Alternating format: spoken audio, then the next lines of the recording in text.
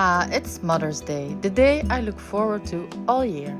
It's my favorite day in the year because it's all about me. But first we need to do some hull cleaning.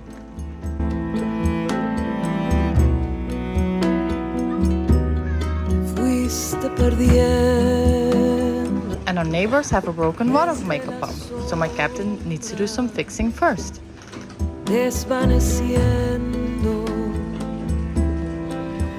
Anton zal trots op je zijn.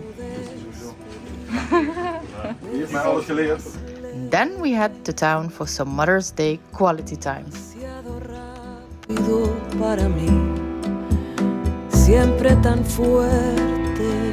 We found Syracuse to be a beautiful city, a true gem in the coast of Sicily. The city is steeped in history and majestic architecture at every turn. The buildings with their designs and timeless elegance tell stories of a bygone era, transporting you back in time.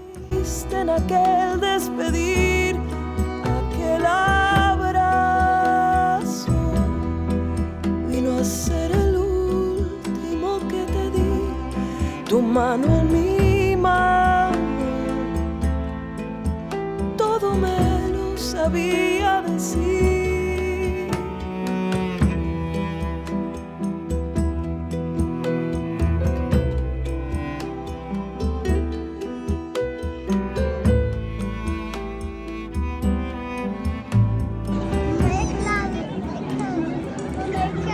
And the food is simply divine, exactly what you would dream of from an Italian paradise. Every meal is a celebration of flavors. But we must be careful. If we stay too long in this gastronomic heaven, we might have to buy a whole new wardrobe. El miedo a perderte no me dejaba respirar, no podía aguantar que ya no estarías más. La primera mirada que yo vi fue la misma. The temptations are everywhere, and resisting them is nearly impossible. Aquel abrazo vino a ser el último que te di. We ended the day when Kai gave a beautiful serenade to the bay.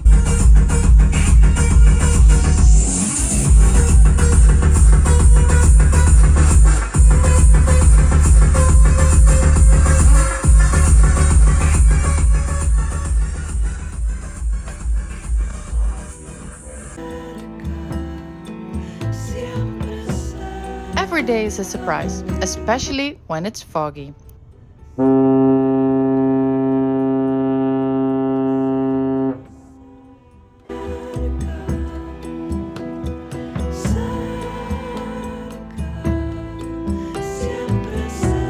But my captain sees everything, even when the woodwork looks dry.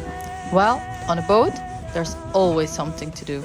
The salt water and the sun are really tough on all the materials. So the captain gets down on his knees to give the wood some love. And as a result, we can't walk over it for a whole day. Aquel abrazo vino a ser el último que te di. The kids' safety means everything to us. That's why we thought a lot about making the boat a safe place for them to live. It's not without risk living near the water, but to be honest, it's never truly safe for kids.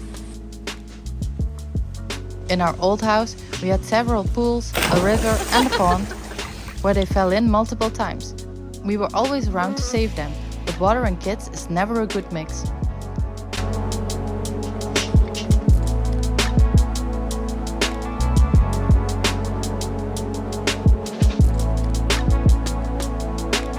This is why we took them on a 10-day self-rescue course with the Children of the Water Institute. This is an intense course where babies and small children learn how to save themselves in the water. It's intense. It's a hard way to learn the basic survival skills, but in our case, necessary. After 10 days, they learned how to turn themselves to the sky, float in the water and crawl to the edge of a pool. I'm happy we did the course, but I hope they never have to use it.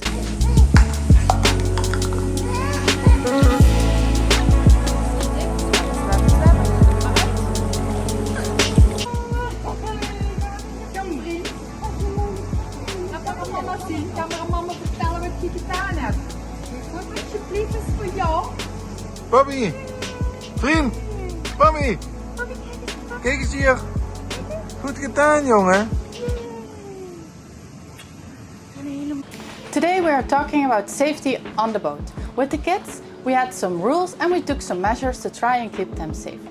One of the rules is that they can only move on the wood. So they are not allowed to step into the white without us knowing. So if they want to go to the front or upstairs, they have to ask us.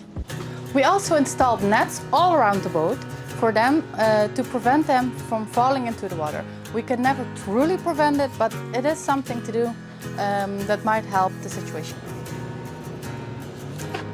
As I said, if they want to go off, they can go off, but yeah, it's a safety measure that might help. Another measure we took is installing a beeping sound into the door. Every time the door opens, we hear a sound, and that let us know that someone is going outside or inside. So if I'm cooking or downstairs in the bathroom or anything and I hear the sound, I know someone is going outside. Louis can give you a good demonstration of the door. This is Louis, and Louis is going to demonstrate what happens if you open the door. Can you give me the drink?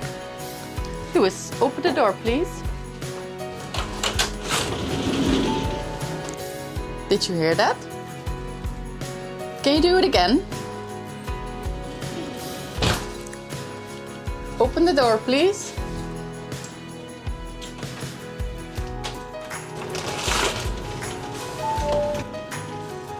A sound goes off when the door is open. So when we're around and we hear the door opening, we know someone is going out or in. But what happens if we set the alarm? You cannot see the code. We have cameras all over the boat. This one is the kids' room. They cleaned it very well, as you can see. And if I'm going to bed, I'm going to put it on sleeping, set mode. Okay, now it's set. And if Louis is sleepwalking, what happens if she's sleepwalking? Can you sleepwalk to the door, please? Yeah, open the door.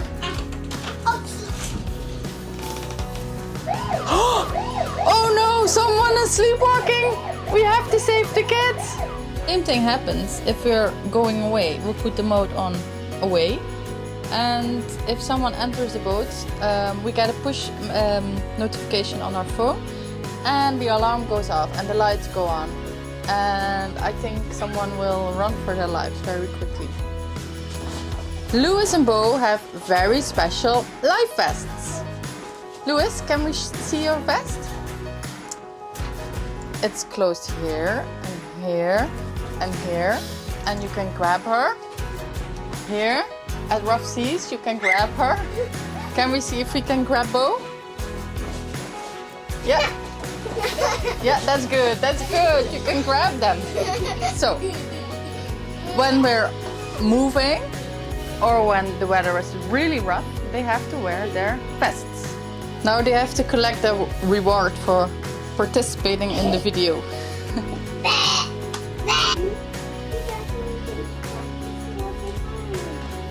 The kids have to wear their life jackets every time we're moving, even on the inside. Sometimes when the sea is really rough, I also put them on when they're asleep, just to be sure. You never know. The life jackets are equipped with a hydrostatic release unit. This smart device ensures the life jacket only activates when they fall into the water, not just when it gets wet from rain or splashes. It also gives a comfortable fit instead of a bulky life vest. This is how it works. If they fall into the water, the life jackets automatically inflate. As it inflates, it pulls apart a small cord, which then activates an AIS SART. The AIS has two key functions. It starts with DSC. This is a digital selective calling, and this goes to our own VHF radio to trigger an alarm.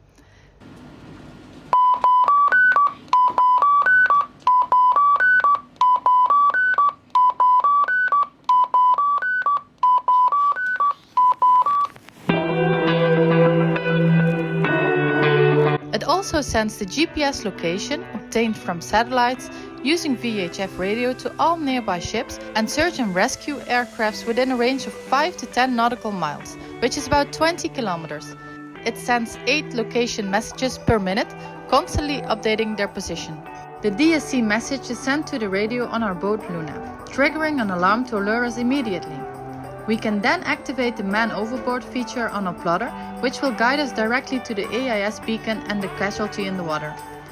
However, there are a couple of limitations to the AIS SART compared to a regular SART. First, there's no indication that the rescue services have picked up your signal. So you don't know if they're searching for you nearby. Second, the range is limited, so if you're far ashore, you depend on nearby ships for rescue. For our kids, these limitations are not an issue because we, or Luna, will always be nearby when they fall overboard. In addition to the AIS SART, our life jackets also have a PLB. This is a personal locator beacon. This allows us to alert rescue services directly without relying on nearby ships. The PLB communicates via satellite, using GPS data to connect to the nearest rescue coordination center, which will then initiate a rescue operation where distance from shore doesn't matter. This is our life vest. It's a crew saver and it is used for offshore sailing. It's a very big one. It inflates into the water.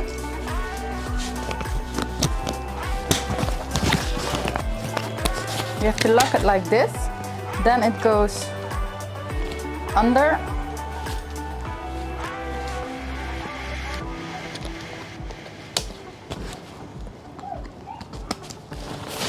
And here you can put a safety line to attach yourself to the boat. And this is the PLB beacon.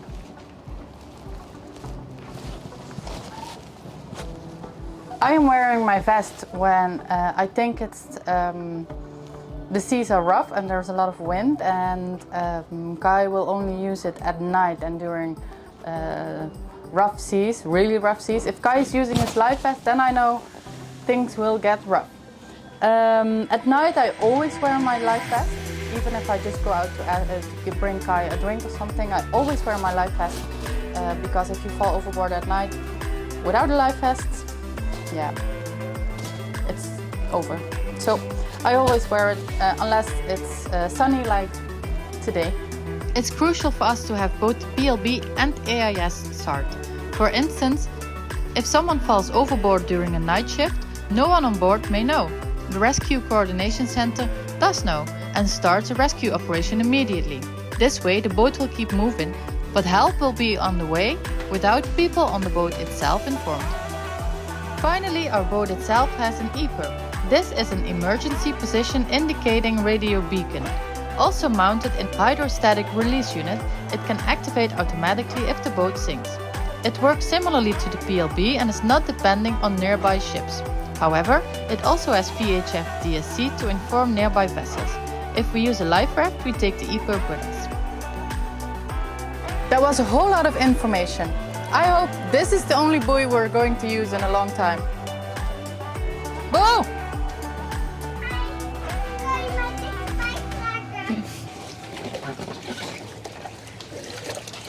Je bent net een klein visje.